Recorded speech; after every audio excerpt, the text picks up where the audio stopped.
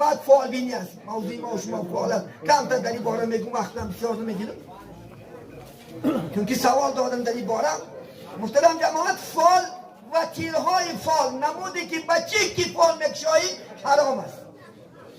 پیغمبر بزرگ در حدیث میگن من اتا کاهنا فتصدق بما یقول فقط کفر بما انزل علی نبی علیه السلام. کسی که میگه یک پیش فال بین برود و که فلان شد پیستان شد، عقل در کاره. همین چهار من شتگیر من همه چهار هم تلفنی من میگیرد.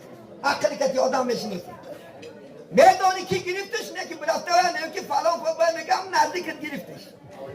میدونم نزدیک گرفته کنی از دور باشه بیایی چون تاکی اکه نزدیک گرفته من هم چیزتیه طوری می یا برفته خونه من باش فلان تک بود پاچه نبراش داملا انا بعد به من بود دروغ به من سبسته یک داملا فول بیشی داد یک قشلاقی ماش مونده از کوچه ندفت است که همه یک گفت بود همین شما را میگن که همین میبینم میدونم همین سنی قبله بین راست شب گفت چی میبینی؟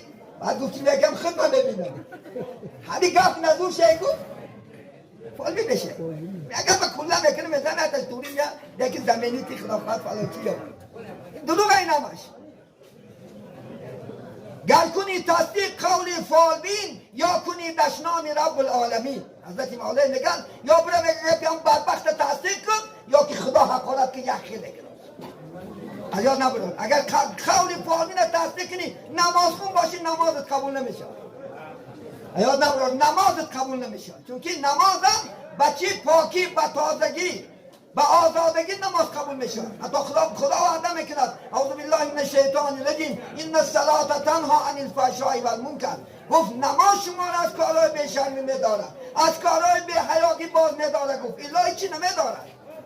ولی بعد نمازخانه هم شده که فساد شده برفیه. بعد نمازخانه هم بعد زنهای نمازخانه بخشی با شوهر شب هم کنه میگیفتد شوهر الان کچکا میگیفتد. حتی میدانی که همه پیشا بگی حرام است شوهرش نمیدازد از خدا نمیترسی. حتی چونماش کرده گریفت یک چکاش میکنه بیچاره نحشه گوم میکنه. و من میدانم یک زنی که همیشه بود آخر شوهرش دیوانه شد. آخر خاک خوروندنت گیره بند خوروندنت گیره چی میشوی گوم آخر من شوهر میمونی خدا خواهدی شد بهشون مونده بلا زدن میگردی انشاءالله خدا خواهد. بعد چی میشه بیناگر میشه. بعد چی باید مردم ها را به تلفن بعد فیلم میکنی آخر بعد تو مقصد شوهر نکشتن حلال.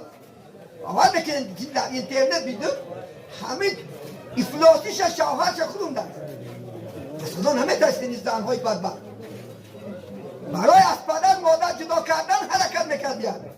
گویا که خدا خواهد فقط من باید چه گفتن چیکارش میکنی و میدانی و گناه بودن شو پیشابی تا حرام بودن شو میدانی و پیشاب در لباس درست خدا نماز قبول نمیکنن. وای بیچاره شوهر حق حرام میکنی ای خدا نمیترسی. این بدبخت ها رو بینه چی به دنیا آمد. امروز این دنیای غرم این خدا دشمنای اسلام ما و شما رو بچه اندازه انداخته شده زنهای ما و شما. این بخشگی حرام است. توبه کنی انشاءالله خدا خواهد از این گرد. این فقط بچه میآید با بخشگی این همش باعث بخیلی است. همسایت دیدن نمیتونی اکت دیدن نمیتونی دادت دیدن نمیتونی عاقبت این کار رو نمیزنی دست میزنی کار رو میکنی خدا نمیترسی. بخشگی حرام است عزیزانی من از خدا ترس. اگر نماز خونی نمازت قبول نیست یا که برای در بیا تصدیق کنی اگر نمازت بیکار میشه یا نبرد.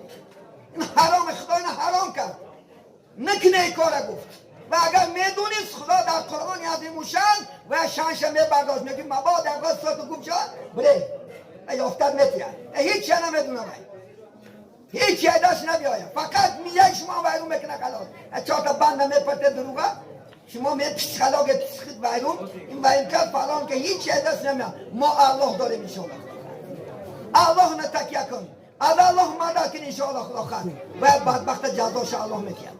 از خدا ترسن انشاءالله خدا خواهد. این کار نکن کاری که تو مسلمانی کن کاری که انشاءالله خدا خواهد فایده جمعیت باشد فایده مردم باشد انشاءالله خدا خواهد. نکن این کار